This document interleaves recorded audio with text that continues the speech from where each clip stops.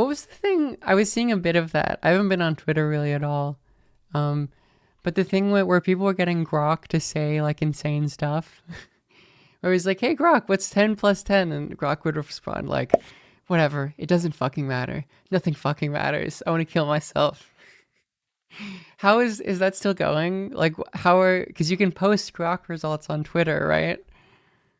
Is this just a thing of like before you type in like Grok respond to this to anything I say in the future?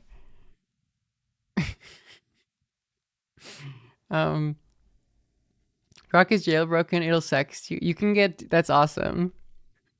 That's really funny. I assume that's like an industry. I guess it isn't with ChatGPT because you can't do that with them. It's like people. I feel like it's a woman thing mainly. It's like, can you write me smut? Can I get smut from you, Grok? Can you write a weird role play for me? I don't know. I wonder. You think there's like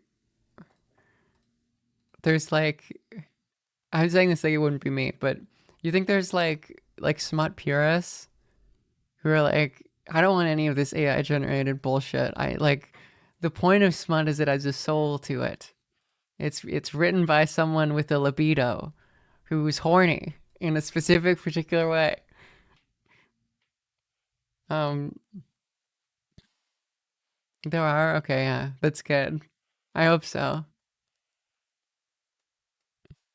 I'm one of them. Thank you. Thank you for your service. Um,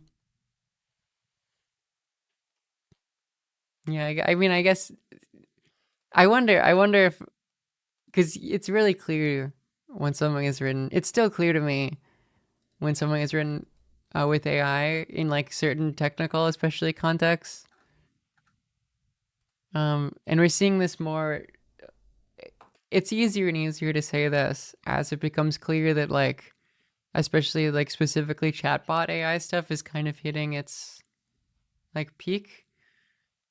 Like there's a especially like Silicon Tech, like venture capitalist logic of like it's gonna double each time. Like it's just gonna get better and better and better at the same rate, and then in 10 years, we'll get a whole human being from it, and you won't even have to hire people for fake email jobs.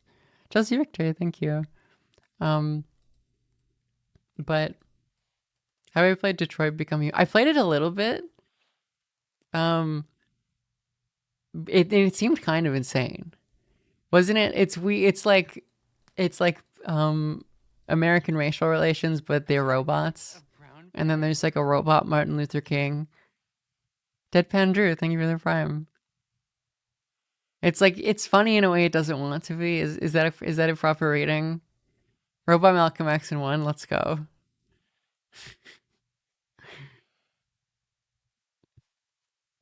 Yeah, that's is it Robot Rose. Yeah, they literally sit in the back of the bus. It's like insane. um, it's so insane. That's yeah. Um, there's a certain Silicon Valley logic. I don't know. There's a certain like Silicon Valley logic of like, yeah, it's gonna double and double and double, and they've kind of had to like deal with the fact that that's obviously not true. Um, I love like every time I see like a headline that puts Sam Altman because they kind of want him to be like the new Musk. I think like Musk has a bit more liability than Altman, um, but like every quote of his is like contradictory. Like sometimes he's like really worried about the negative effects of AI. It's gonna destroy the universe. Sometimes he's like, well, it's gonna like cause post scarcity. We're gonna do these amazing things. And then sometimes he's like, it's a chatbot. I don't know. Like, yeah, we're gonna have to deal with the fact it's just it talks to you. It does your homework for you.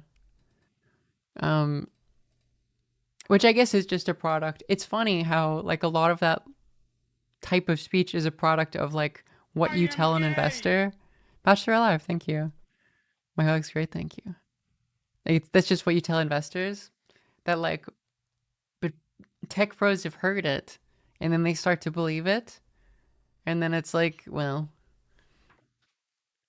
um, that becomes like the logic of a lot of people, especially like people who are more detached from AI, like the technical components of it. Because you ask those guys, and they're like, I don't know. Like, yeah, we literally can't say, like, tell the thing, the chatbot to tell the truth. It doesn't know what that means.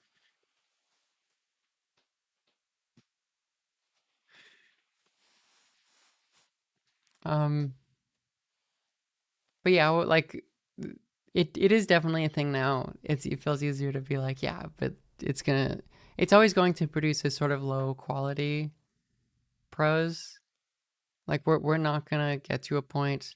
And it was interesting. They did a study about poetry and AI generated poetry, and they were like, look at all these people that can't tell that this poetry is AI generated, and it's like it's people who don't read poetry, right?